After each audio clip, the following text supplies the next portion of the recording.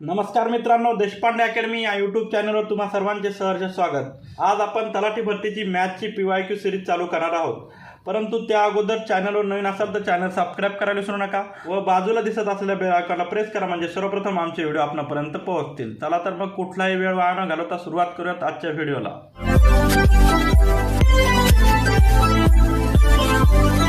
आपल्याला regular government job update पाहिजे असतील तर माझा 7822815937 हा नंबर देशपांडे अकॅडमी या नावाने सेव्ह करा व मला व्हॉट्सॲपवर हाय करा।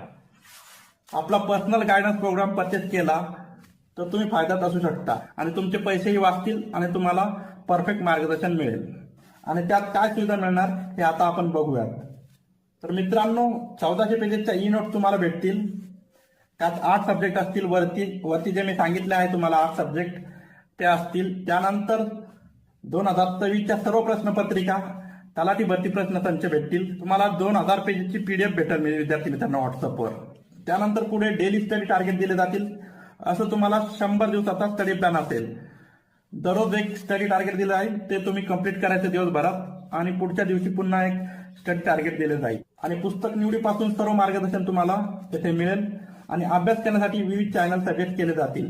तुम्हाला क्लास लावण्याची कोणतीही गरज नाही, तुमचा क्लासचा खर्च इथे वाचू शकतो। विद्यार्थी मित्रांनो, अशा प्रकारे हा आपला पर्सनल गायडन्स प्रोग्राम आहे। अतिशय माफक दरात आपण ठेवलेला आहे।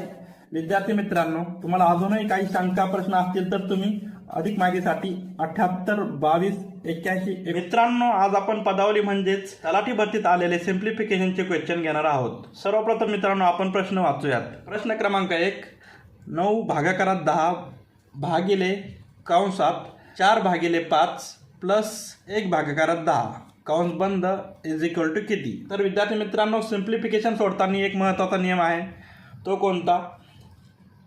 कण चे भागू बे व क म्हणजे कंस चे च्या गणितात बराच वेळेस 60चे 100% किती किंवा 70चे 70% किती हे तिथले चे म्हणजे हे चे।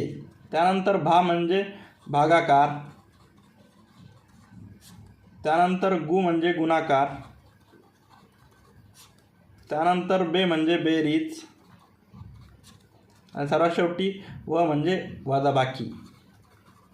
तर मित्रांनो, गणित सोडवताना तुम्हाला याच क्रमानुसार जावे लागेल, तेव्हाच तुमचे गणित बरोबर येईल। तर विद्यार्थी मित्रांनो, आता आपण गणित सोडवूयात। सर्वप्रथम आपण कंस सोडून घेऊयात, कारण की सर्वप्रथम क्रमानुसार कंस येत आहे। 9/10 तसेच ठेवा।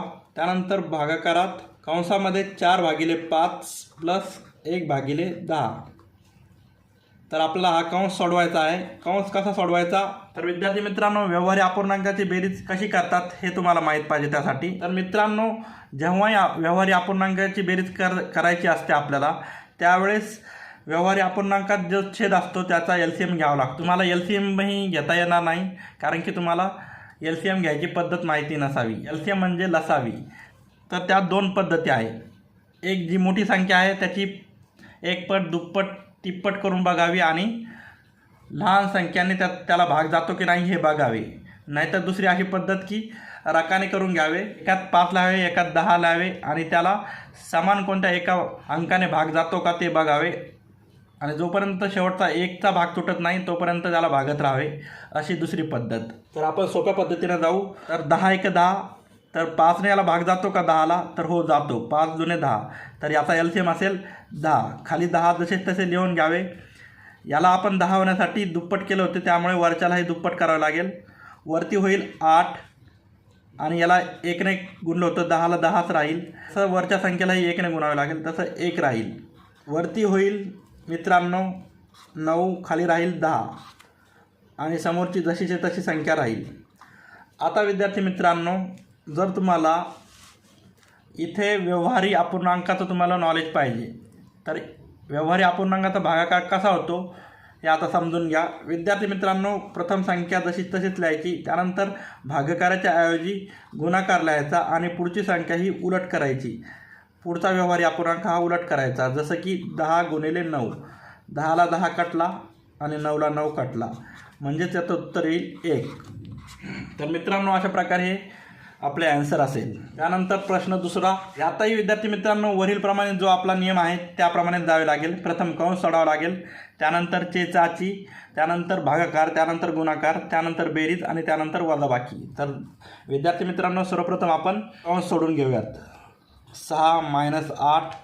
जर विद्यार्थी मित्रांनो कंसात जर मायनस असेल तर त्याचे बाहेरचे जे चिन्ह असते ते बदलत असते. प्लस करून घ्या आणि कंसातले चिन्ह हटून जाते. इथे 6 घ्या, भागाकारात 2 आणि पुढे चिन्ह जसे तसे. आता आपण सोडूयात विद्यार्थी मित्रांनो. 6 - 8 + 6 भागाकारात 2. या बे 1 बे, बे 3 6, 3ने कटले. आता राहील 6 - 8 + 3. आता काय करायचे त्याच्यानंतर भागाकारानंतर गुणाकार. परंतु विद्यार्थी मित्रांनो येथे गुणाकार नाही आहे, त्यामुळे डायरेक्ट आपल्याला पुढच्या स्टेपवर जावं लागेल.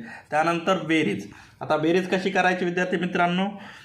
जे जे प्लस प्लसमध्ये आहे त्याची बेरीज करून घ्यायची आहे. -+3 + 6 यांची बेरीज करून घ्यायची 9 आणि मायनसचा मागे ठेवायचा 8. तर विद्यार्थी मित्रांनो 9 - 8 याचाही उत्तर 1 येणार आहे. आणि विद्यार्थी मित्रांनो हे गणिते असेच कुठूनही उचलले नाहीत, तर मागील तलाठी भरतीमध्ये आलेले आहे. तुम्ही चेक करू शकता मागील तलाठी भरतीचे गणिताचे प्रश्न. यानंतर विद्यार्थी मित्रांनो पुढील प्रश्न. हा प्रश्न पदावलीतील आहेत आणि त्यातील दशांश अपूर्णांकाचा हा प्रश्न आहे विद्यार्थी मित्रांनो. दशांश अपूर्णांक म्हणजे पॉईंटमध्ये जी संख्या येते त्याला दशांश अपूर्णांक म्हणतात. दशांश अपूर्णांकाचा भागाकार कसा करतात विद्यार्थी मित्रांनो ते आता मी तुम्हाला सांगणार आहे. दशांश अपूर्णांकाची बेरीज वजाबाकी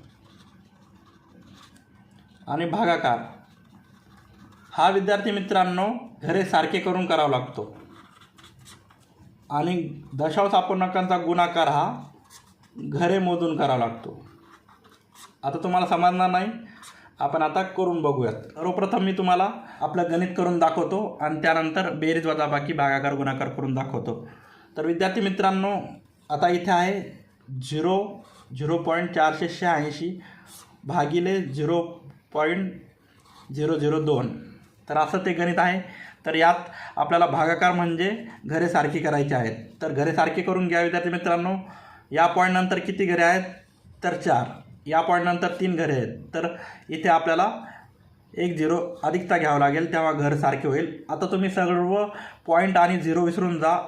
वरती कोणती संख्या दिसते आहे ती बघा. तर 486 आणि खाली जी संख्या दिसत आहे ती लिहा 20. तर आता 2चा भाग तोडतो मी. बे 1 बे, बेन 10 20. त्यानंतर वरती भाग तोडतो. बे 2 4, बे 4 8, बे 3 6. वरती 243, खाली भागाकारात 10. तर विद्यार्थी मित्रांनो कधीही 10चा भाग घालायचा असेल तर वरच्या संख्येत फक्त पॉईंट टाकायचे, उत्तर येऊन जाते. 24.3 हे आपले उत्तर असणार आहे विद्यार्थी मित्रांनो. आता विद्यार्थी मित्रांनो तुम्हाला सांगतो दशांश अपूर्णांकाची बेरीज आणि वजाबाकी कशी होती. त्यालाही घरे सारखी करावी लागतात. जसं की विद्यार्थी मित्रांनो इथे आपण लिहित आहे 1.332 आणि खाली लिहित आहे 1.3 यांची बेरीज. तर यात विद्यार्थी मित्रांनो दशांश अपूर्णांकाची बेरीज कशी करावी लागते. तर विद्यार्थी मित्रांनो पॉईंटच्या पुढील घरे मोजावी लागतात. जसं की पॉईंटच्या नंतर 3 3 2 3 घरे आहेत आणि खाली फक्त 1 घर आहे, त्यामुळे घरे सारखी करावी लागेल.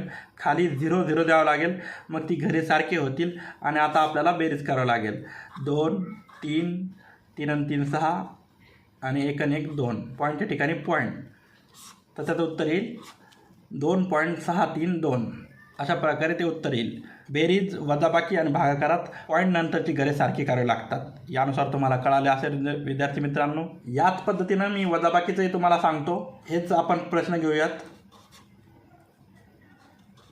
आता याचं कसं करणार विद्यार्थी मित्रांनो. तर त्याच पद्धतीने पॉईंट नंतरची घरे सारखी करा. 2तून 0 गेले खाली राहिले 2, 3तून 0 गेले खाली राहिले 3, 3तून 3 गेले खाली राहिले 0, 1तून 1 गेला खाली राहिले 0 आणि पॉईंटच्या जागी पॉईंट. तर याचं उत्तर येईल 0.032. तर अशा प्रकारे वजाबाकी होईल आणि अशा प्रकारे बेरीज. त्यानंतर पुढील प्रश्न हाही पदावलीचा प्रश्न आहे. आपण आज सर्व पदावलीचे प्रश्न घेतलेले आहे. वरील नियमानुसारच हे सोडावं लागतील. सर्वप्रथम भागाकार, परंतु या गणितात भागाकार नाही, त्यामुळे आपल्याला गुणाकारावर जावं लागेल पुढील स्टेप.